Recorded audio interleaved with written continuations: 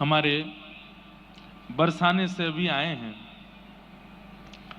तो बरसाने में एक किशोरी जी के भक्त हुए, उनका नाम था गुलाब। क्या नाम था? गुलाब। पूरा नाम तो उनका गुलाब खां था। वो भले ही जन्म से हिंदू नहीं थे, लेकिन उन पर बहुत बड़ी कृपा ये हो गई कि उनका जन्म बरसाने में हुआ। बहुत ध्यान से सुनिएगा सब लोग, बरसाने में जन्म हुआ। आज भी पीली पोखर के पास में उनकी समाधि है, उनका चबूतरा है गुलाब खां का। बहुत ध्यान से सुनिए सब लोग, इधर देखो। तो उनके ऊपर कृपा ये हो गई कि वो ब्रज में जन्मे थे। भले ही जन्म उनका हिंदू परिवार में नहीं हुआ, लेकिन ब्रज में जन्मे, और ब्रज में भी बरसाने में जन्मे। ब्रज में जन्म होना बहुत बड़ी बात है। फिर ब्रज में भी गोवर्धन, नंदगाम, बरसाना, वृंदावन, गोकुल में जन्म होना बहुत बड़ी बात है। उसमें भी श्री बरसाना धाम में किशोरी जी के चरणों में जन्म लेना, ये और भी बड़ी बात है। तो गुलाब खां, उनका जन्म हुआ बरसाने में। थे तो वो गैर हिंदू, लेकिन रोज जाते थे किशोरी जी की चौखट पे, क्योंकि भाई अब जहां जन्म लिया है तो वहीं से दाना पानी चलता है। हमारे यहां कहते हैं कि नाटक में भी करो ना भक्ति तो कभी कभी असली हो जाती है। तो गुलाब रोज जाते थे श्री जी के मंदिर में। संगीत के थोड़े निपुण थे, सारंगी बजानी उनको आती थी। तो हमारी श्री जी के महल में जब समाज होती थी तो समाज में सारंगी बजाते थे, और सारंगी बजा बजा करके इतना राधा नाम सुना था, इतना राधा नाम सुना था कि अब उनको आदत ऐसी लग गई कि वो बिना श्री जी के दर्शन किए, बिना राधा नाम सुने रह ही नहीं पाते थे। रोज जाते, और अटारी पर जब समाज होती तो समाज में सारंगी बजाते। उनका ब्याह आदि हो गया, और ब्याह के बाद एक लाली ने जन्म लिया। अब उसका मूल नाम तो इन्होंने कुछ भी रखा हो अपने समाज के अनुसार, लेकिन बरसाने में रहने के नाते वहां पे बरसाने में सब छोटी छोटी लालियों को राधा रानी बोलते हैं, श्यामाजू बोलते हैं, किशोरी जी बोलते हैं। तो छोटी सी लाली का नाम इन्होंने राधा रख दिया, अपनी बेटी का नाम राधा रख दिया। थोड़ी सी जब बालिका बड़ी हो गई तो समाज में ये सारंगी बजाने ऊपर जाते थे श्री जी के महल में, तो राधा रानी को संग ले जाते थे, अपनी लाली को संग लेके जाते। और वहां वो लाली क्या करती, जब समाज होती, करताल बजती, मृदंग बजती, राधा राधा नाम की ध्वनि होती, तो इनकी लाली वहां नृत्य करती थी। और ये अपनी लाली को देख के इतने सिहाते थे, इतने खुश होते थे, और रज रज करके सारंगी बजाते। इनकी लाली घूम घूम करके नृत्य करती श्री जी के महल में। समय चलता रहा, चलते चलते चलते एक समय आया, लाली थोड़ी बड़ी हो गई। अब बड़ी होकर के वो लाली जब नृत्य करती तो वहां के सब गोस्वामी समाज, सब लोग गुलाब जी को स्नेह देते थे। सबने कही, अरे भैया गुलाब, अब लाली तेरी या की उम्र रह गई है, या को ब्याह कर दे। तो ये बात सुनकर के गुलाब जी बड़े बेचैन हो जाते कि मैं बेटी का ब्याह कर दूंगा तो फिर मैं किसके सहारे जीऊंगा। अच्छा, ये और लीला हुई थी कि जब इनकी बेटी ने जन्म लिया तो इनकी पत्नी पधार चुकी थी।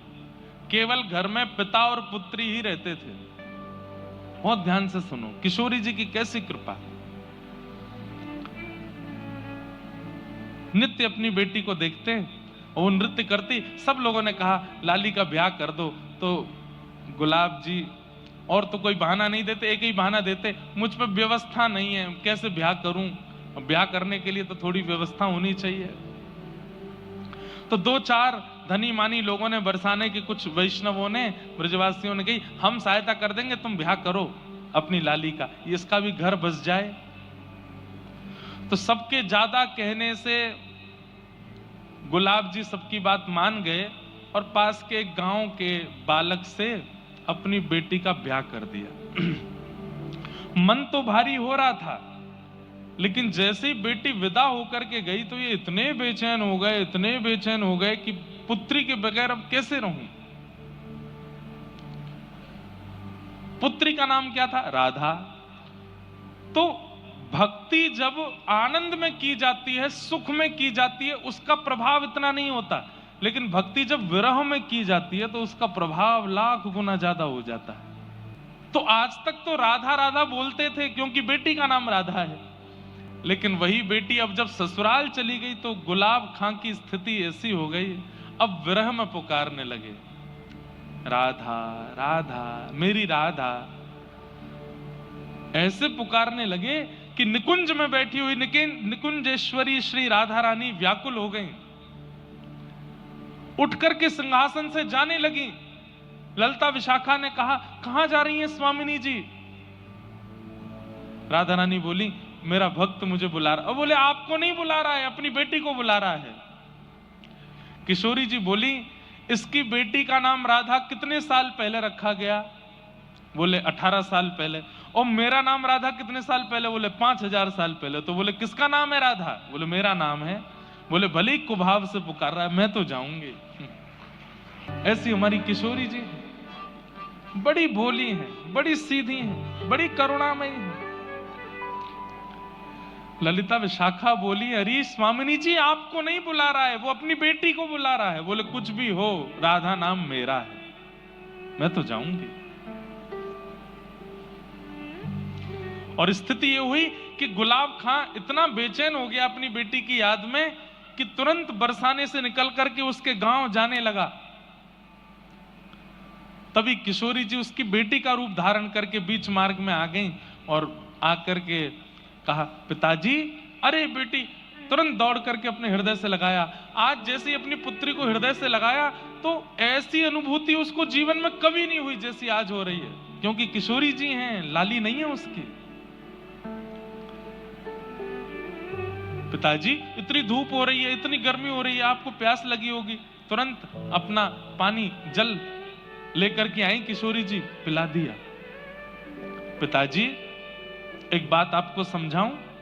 अब देखो किशोरी जी ये नहीं चाहती कि ये बरसाना छोड़ करके जाएं कहीं भी, तो क्या बोली, पिताजी आप रोज रोज मेरी ससुराल आओगे तो ससुराल वाले मुझे बहुत कष्ट देंगे। बोले, कैसा पिता है तेरा, रोज आ जाता है, रोज यहीं आ जाता है, इसलिए पिताजी आप मत आया करो। मैं आपको वचन दे देती हूं, जब आप ऊंचे स्वर में करुण होकर के मुझे पुकारोगे, राधा राधा राधा मेरी लाली राधा, मैं तुरंत आ जाया करूंगी, मैं आ जाया करूंगी। अब गुलाब खां के लिए किशोरी जी नहीं बोल रही हैं, गुलाब खां को तो अपनी बेटी दिख रही है। बोले, मेरी बेटी कह रही है, अच्छा लाली तू आ जाएगी? बोले, हाँ। और वही होता, गुलाब खां जब जब पुकारते किशोरी जी पुत्री का रूप धारण करके आ जाती और आकर के बैठ जाती उनके। बहुत दिन निकल गए, रोते रोते पुकारते, लेकिन किशोरी जी नहीं आई। तो जब पुत्री नहीं आई तो मन में सोचने लगे, मुझसे तो मना कर दिया कि मेरे ससुराल आना नहीं, और आप पुकारोगे तो मैं आ जाऊंगी, अब इतने दिन से बुला रहा हूं, आ नहीं रही है। तो श्री राधा रानी की चौखट पर पहुंच गए, अर्धरात्रि में जाकर के सिंह द्वार पर बैठ गए और वहीं बैठ करके रोने लगे, मेरी राधा मेरी राधा, पुकारने लगे। और जैसे ही पुकारा इतने में ही श्री किशोरी जी प्रकट हो गए। 3 दिन से कुछ खाया पिया नहीं था गुलाब खां ने। और किशोरी जी प्रकट होकर के बोली, पिताजी का भयो, आप काई को इतने परेशान है रे? अरे लाली मैं तुमको कितनों बुलायो, तू काई को ना आई? बोले, पिताजी अब आ गई ना।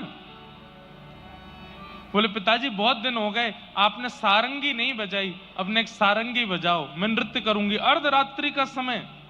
तुरंत गुलाब खां सारंगी लेकर के आए, बजाने लगे और छोटी सी उस आंगन में किशोरी जी ही राधा का रूप धारण करके, मतलब उनकी पुत्री का रूप धारण करके नृत्य कर रही हैं और श्री गुलाब खां सारंगी बजा रहे हैं। आज इतने दिनों बाद गुलाब खां जी ने फिर से सारंगी बजाई और श्री राधा उनकी पुत्री के रूप में किशोरी जी नृत्य कर रही हैं। और नृत्य करते करते गुलाब खां जी को इतनी बेचैनी हुई कि मैं अपनी लाली को अपने हृदय से लगा लूं, तो तुरंत सारंगी रोक करके हृदय से लगाने के लिए दौड़े। उसी समय मंगला का समय हो गया। किशोरी जी के महल वृषभानु नंदिनी श्री बरसाने में मंगला का समय था। तो किशोरी जी नृत्य करते करते मंदिर की ओर दौड़ी। पीछे पीछे गुलाब खां भी जा रहे हैं। गोस्वामी ऊपर सेवा के लिए महल में जा रहे थे, उनको किशोरी जी नहीं दिखी, लेकिन पीछे पीछे राधा राधा कहते हुए गुलाब खां जा रहे हैं, वो दिखाई दिए। वो चिल्लाए भी, अरे गुलाब, अरे कहां दौड़ो जा रहा है, अरे कहां को जा रहा है। नहीं सुने, पीछे पीछे दौड़ते चले गए। पुजारी जी ने सोचा गोस्वामी जी ने कहीं जा रहा होगा। राधा वैसे भी अब जब से इसकी बेटी का ब्याह हुआ ये बेचैन ही रहता है, अपनी बेटी की याद में ही रहता है। ऊपर जाकर के गोस्वामी जी ने मंगला की। आपस में फिर चर्चा होने लगी, अरे आज सुबह सुबह गुलाब खां राधा राधा करता घूम रहा था, दौड़ता दौड़ता कहीं जा रहा था, पता नहीं कहां गया। 1 दिन 2 दिन 4 दिन 5 दिन 10 दिन हो गए। सबने पूछा कि भाई आजकल गुलाब खां दिखाई नहीं देता, कहां गया। ढूंढा भी लेकिन मिले नहीं। महीना 2 महीना बीत गए। बोले भैया आजकल गुलाब खां कहां हैं। बोले पता नहीं। तो फिर ऐसी वार्ता हुई कि हो सकता है वो अपनी पुत्री को इतना याद करता था, उसके विरह में हो सकता है प्राण निकल गए हो, पता नहीं कहां है, उसका शव भी नहीं मिला। उसकी पुत्री के यहां जाकर के पूछवाया, बोले तुमको अपने पिता का कुछ अता पता है। बोले कि नहीं, यहां तो कब से नहीं आए, वो महीनों से नहीं आए। थोड़ी दिन चिंता हुई, फिर सब लोग भूल भाल गए। 6 महीना निकल गए, गुलाब खां जी का कोई अता पता नहीं है। 6 महीने बाद गुसाई जी रात्रि में किशोरी जी को शयन करा करके अपने घर जा रहे थे। तभी रात्रि का समय, घनघोर अंधेरा, जंगल में से आवाज आई गुसाई जी को, अरे गुसाई जी राधे राधे। गुसाई जी ने पीछे मुड़ के देखा तो कोई नहीं। बोले कौन है भैया, कौन राधे राधे कर रहे हो। बोले अरे मैं हूं तुम्हारो गुलाब। बोले गुलाब कहां है भैया तू। बोले मैं यहां हूं, इधर देखो। तो देखा तो एक निकुंज में एक झाड़ी के अंदर बैठे थे। बोले गुलाब, तेरी तो भैया पूरे बरसाने में ऐसी चर्चा भई कि तू तो पधार गए हो, तू तो मर गए हो, तू यहां कैसे। तब उन्होंने पूरा वृत्तांत बताया। बोले कि मेरी मृत्यु नहीं हुई, 6 महीने पहले रात्रि में किशोरी जी ने सारंगी बजवाई और मेरी पुत्री का रूप धारण करके इतने दिनों तक किशोरी जी मिलती रही मुझसे। मैं उनको अपने हृदय से लगाने के लिए पीछे दौड़ा। निकुंज में प्रवेश कर गई और मुझे भी निकुंज में बुला लिया। मैं मरा नहीं हूं, मैं कोई भूत प्रेत नहीं बना हूं, मेरे प्राण नहीं निकले हैं। किशोरी जी ने अब मुझको निकुंज में सारंगी की सेवा दे दी है। मैं निकुंज में पहुंच गया हूं और मेरा एक नाम रख दियो है। बोले कहा। बोले मेरो नाम रख दियो गुलाब सखी। गुलाब सखी है गई हूं सुबह। और इतना कहकर के वो अंतर ध्यान हो गए। सुबह पुजारी जी ने ये बात सब गोस्वामियों को बताई, बरसाने के लोगों को बताई। और आज भी बरसाने में वहीं पीली पोखर के पास गुलाब सखी जी का चबूतरा है। समाधि नहीं है उनकी, क्योंकि उनका देह तो मिला नहीं, केवल वहां वो गुसाई जी को दिखे थे। इसलिए यह माना जाता है कि वो यहीं कुंज निकुंजों में प्रविष्ट हो गए। सोचिए, एक नाम पुत्री का रखने मात्र से और उस नाम को विरह वेदना से बुलाने मात्र से किशोरी जी की कैसी कृपा गुलाब सखी के ऊपर हुई कि उनको निकुंज की प्राप्ति हो गई।